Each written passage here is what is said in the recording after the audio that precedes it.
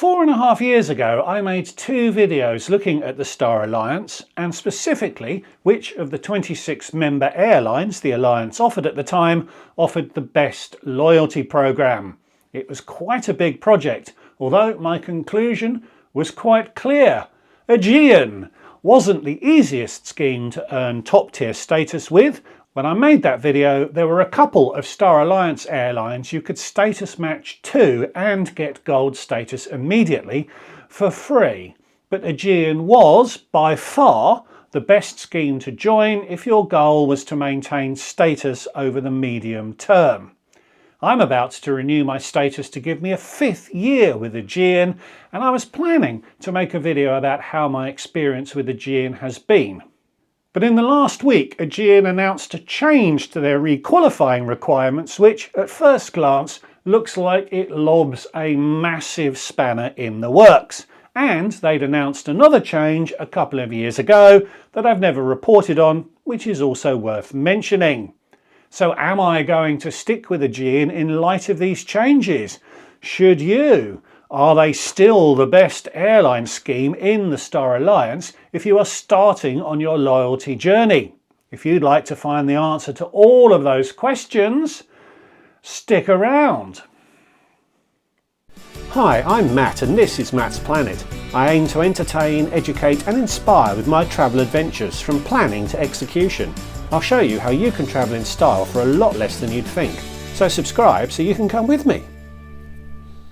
So let me recap how I achieved status with Aegean. It was a 2-stage process and the first stage was to achieve silver status. That required me to take 2 flights with Aegean and to accumulate 12,000 points.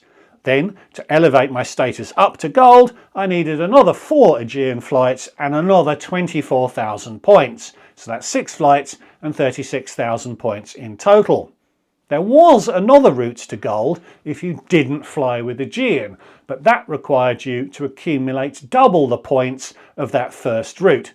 So 24,000 points for silver, then 48,000 more for gold, so 72,000 in total, which wasn't far out of line with what other Star Alliance airlines demanded, so few people chose to pursue status with Aegean this way.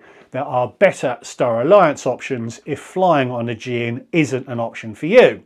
Since I qualified, Aegean has changed the rules such that you now need 35,000 points if you don't fly on Aegean to get to silver. Then you need another 70,000 points to upgrade from silver to gold. That's now 105,000 points in total. If it didn't make sense to qualify this way 5 years ago, it certainly doesn't now. I had a couple of accelerators when I originally qualified in 2021, one being the shadow of the you-know-what, which meant the requirements were reduced by 1/4. So after a 1,000 point welcome bonus, and I think that still happens, I got the other 8,000 points I needed to get to silver from a trip to and halfway back from Luxor, including 2 legs on Aegean. Reviews of all of these flights can be found on the channel. Then the 18,000 additional points I needed to get up to gold came from the rest of that Egypt trip, a trip to Larnaca, which got me the 4 more Aegean flights I needed, plus a trip to Zanzibar in economy with Ethiopian. That left me a little bit short, so I bought the extra 1,000 points I needed for €75, as that was a lot cheaper than getting them from flying. Renewing status was where Aegean shined, as renewing gold only required you to accumulate 12,000 points as long as you took 4 flights with Aegean. And when I made that video, you could also renew by accumulating 24,000 points on any other Star Alliance airline. In June 2023, Aegean made a change to their renewal requirements by raising that other airline mileage requirement to 70,000 points, which is broadly in line with what other Star Alliance airlines require you to fly. So if you never fly Aegean, getting status now requires 105,000 points to get to gold, then 70,000 points a year to retain it, which means it's now harder to achieve status with Aegean than most other Star Alliance airlines. The reduced requirement was still in place when I renewed my gold for the first time, which I did with flights on Austrian and TAP, and I'll note that Austrian is very generous in granting points to the Aegean scheme. And I also had a lovely trip to Rhodes to get my 4 Aegean flights in. Quite annoyingly, later in that same membership year, I earned another 14,000 points, but these points did me no good at all as they don't carry over to the next year or your next renewal, something to be aware of if planning trips with an eye on Aegean status. I still got reward points from them, and so I'll share my reward point accumulation here too.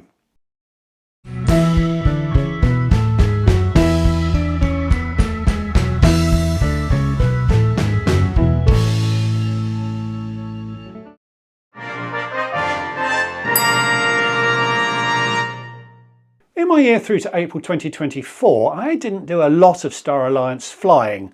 So as I approached the end of the year, as I started to think about how I could get the points I needed to renew gold, I noticed something.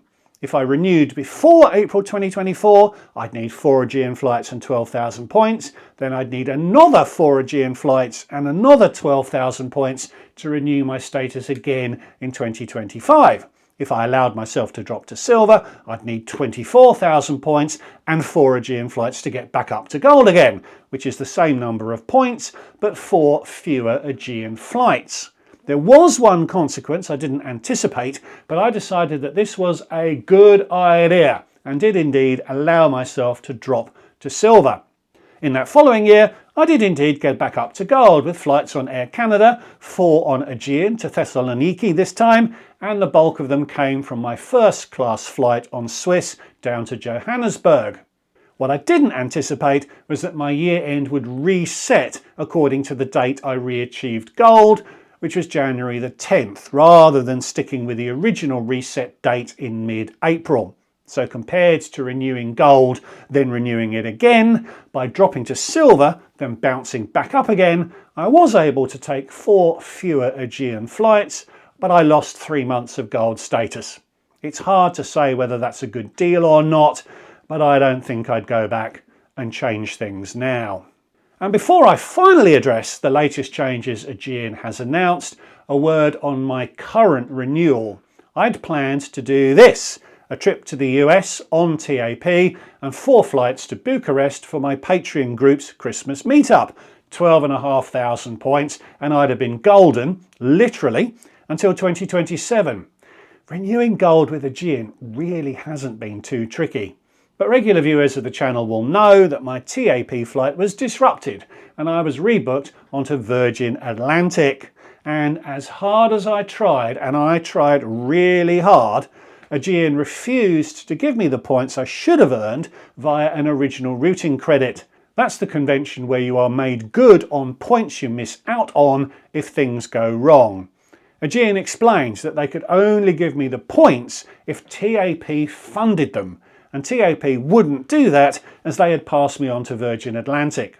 Had I planned to fly an Aegean and had been rebooked onto someone else, Aegean would have been issuing the points, so would have honoured an original routing credit claim.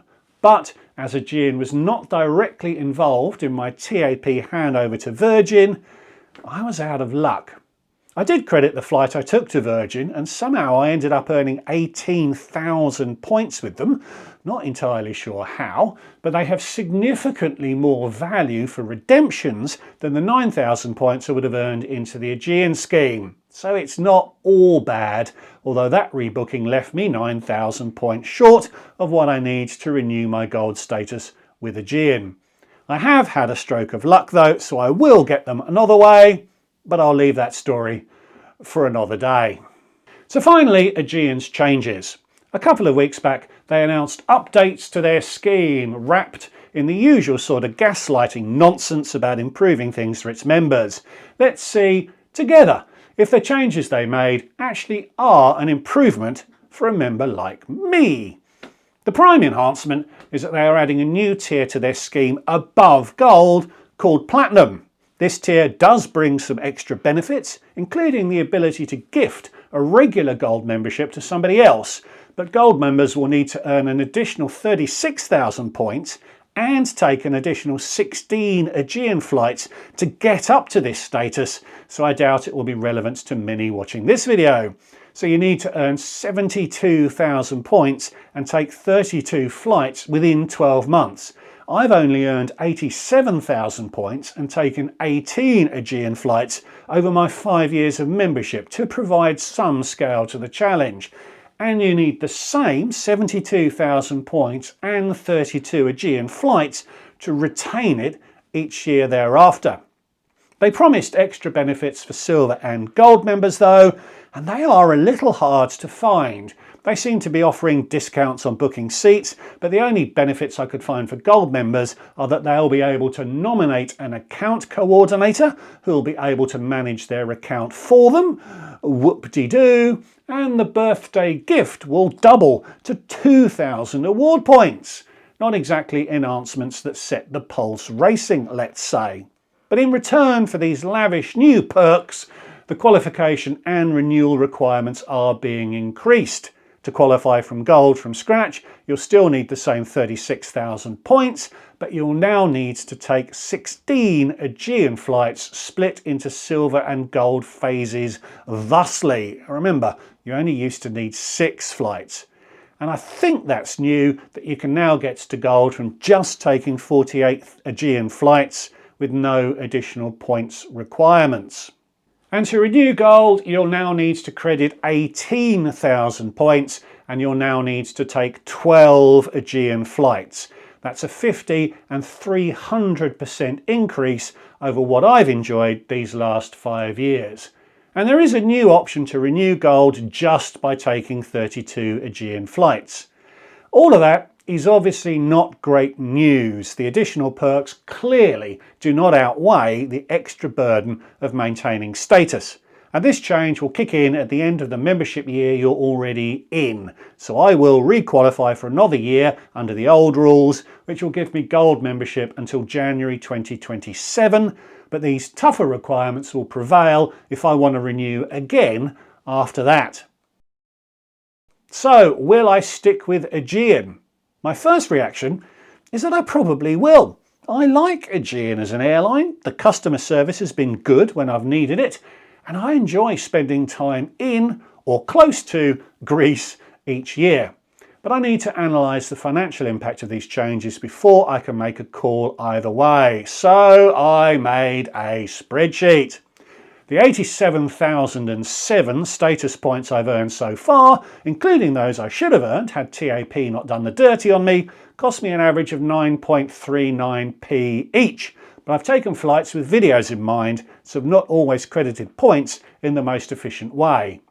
I've earned 21,787 status points from flights with Aegean, where I did optimise the points earned, and they cost 5.97p each on average, which is probably a better benchmark to use for renewals, although heading back to Colombia to earn points is quite appealing. So the 50% increase in the requalification threshold on its own, flying on Aegean at the sort of fares I've historically found, would increase the cost of renewing my gold status from 716 quid to 1,074. So spending £1,000 a year to maintain Star Alliance Gold over the medium term is really not a lot. It's more than it used to be, 50% more to be specific. But if you approached this fresh and didn't know how much it used to cost, I think you'd still be quite attracted to maintaining top tier Star Alliance status with that level of investment. But that ignores the 12 qualifying flight requirement, as you'd have to spend £4,000 or £5,000 to get the 70,000 points you now need if you didn't fly enough on Aegean. You could certainly do 3 return trips through Athens to places like Thessaloniki or Rhodes, and that could get you 66% of the way to the 18,000 points you needed. If you got the rest at the average cost I've paid for non-Aegean flights over the last 5 years, you'd be paying 1,300 quid to retain status.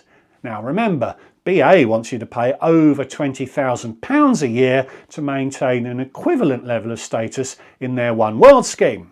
Now I've enjoyed having one long weekend a year in or near Greece, but 3 of those a year might be pushing it a bit. So the other option is to take 1 weekend trip a year, then fit in the 8 additional flights you'd then need as part of that trip. I like airports, so that's not a horrendous prospect for me, and if you pick your airports carefully, you can have some fun lounge time around each of those 8 flights. So I had a quick look, and individual flights can be had domestically within Greece for less than 35 quid a flight. And remember, flights on Olympic Airlines also count, which is slightly cheaper than Aegean. But when you analyse the points earned on those flights, you actually get a better point per pound return by buying a more expensive seat on that same flight. You'd still be paying more per point than the flight into Greece does probably cost you, but as each flight takes less than an hour, you can cram them into just a few days. I've not fully fleshed things out, but I think you can get the extra 8 flights done in 3 or perhaps even 2 days with careful planning. Which sounds like quite a fun weekend to me, but we all know I'm weird. So fleshing that out further, you could get 49% of the way there with that sort of trip, and getting the rest of the points with other Star Alliance airlines would cost you perhaps 1,500 quid in total. That's the average of the 5 years of non-Aegean flights I've taken, so you could probably do better if you're more selective. So putting that cost per point down to 8p per point, a return I achieved a number of times over the last 5 years on Star Alliance partner flights, you're back down to £1,300 territory. I'm sure with some more ferreting around you can do even better than this. Indeed, one of my patrons asked ChatGPT to work out how much it would cost and got an answer of under £900, although AI models take a lot of drugs, so I wouldn't bet my house on their outputs being accurate. So I think £1,200 to £1,400 a year is a reasonable number to have in mind, including 2 pretty solid days of dashing around Greece to rack up the 12 flights that you need. So restating what I said a few minutes ago, if you approached this cold and said that top tier Star Alliance status could be had for £1,300 a year, I think you'd say that's pretty good. And that's perhaps even an overstatement, as I've regularly got a chunk of the way towards my renewals by crediting flights I was going to take anyway. So it may be the case that not all of the cost I'm talking about is actually incremental spending undertaken just to achieve status. So there are 2 competitor schemes to Aegeans that are highly regarded, and both offer a shortcut to achieving status through matching a status you might already hold elsewhere, not with another airline in the Star Alliance, but with airlines in Oneworld and SkyTeam alliances. The first of these is Turkish Airlines. They seem to permanently run a status match offer, although it's well hidden and not widely advertised. From what I've seen online, you need to join their Miles and Smiles scheme, go to their feedback section and lodge a matching request under the membership processes option. If your match is accepted, you'll have Star Alliance Gold for 4 months, no questions asked. Within that period, you'll need to take 1 international flight with Turkish in any cabin, and that will extend that status period to a full 12 months. Then within that year, you'll need to accumulate 15,000 points to extend status for a full second year. One of the great advantages of the Turkish scheme is that it then operates on a 2-year cycle. If you accumulate 25,000 points in the first of those 2 years, status will extend for another 2 years. And if you don't get to 25,000 points in that first year, but can accumulate 37,500 over the 2 years, that will also extend your status for another 2 years. So it's optimal to get 25,000 points every other year, as that will minimise the spend you'll incur to maintain status over the medium term. Perhaps oddly, these renewal thresholds are higher if you actually live in Turkey. But crucially, after that first flight on Turkish to extend the match from 4 to 12 months, none of the rest of the points needs to be earned from flying on Turkish themselves. So how do you earn points? Well, that gets complicated quite quickly. There's an earnings table for flights on Turkish and separate earnings tables for flights on all other Star Alliance partners. Annoying, but that's pretty standard for Star Alliance airlines, sadly. So I looked at 3 of the flights I previously took and credited to Aegean. These were real trips, although I haven't checked whether these fares are still available. Hey, they might even be cheaper today. They delivered a range of pence per point from good to not so good. And under Aegean's new 18,000 point renewal requirement, you'd need to spend these amounts to achieve status if you earned all of the points at this rate. You wouldn't achieve status, as you'd also need 12 Aegean flights, but let's assume you could to keep things simple.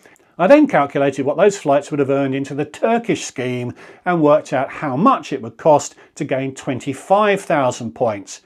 As doing so earns you status for 2 years, I halved the result to produce an average annual cost. So with the Austrian example, you'd need to spend just under £2,600 to get status, which would then last for 2 years, which is £1,284 a year. And you can see that earning status from crediting these flights to Turkish is a little cheaper using the TAP example, is a lot cheaper with the Singapore Air example, and is a little more expensive with the Austrian example, although as I said earlier, Austrian credits particularly generously to Aegean scheme. And the Aegean prices ignore the fact that you need to take 12 flights with them. Turkish may be cheaper, but it's negative for your cash flow as you'll be paying for 2 years up front. Back when Aegean needed 12,000 points, it was the clear winner on all 3 routes, but now they need 18,000 points. It looks like Turkish has edged into the lead. I then calculated the points you'd earn into both schemes from 3 flights you might find yourself taking for work. So not trips that are optimised for the points they'd earn.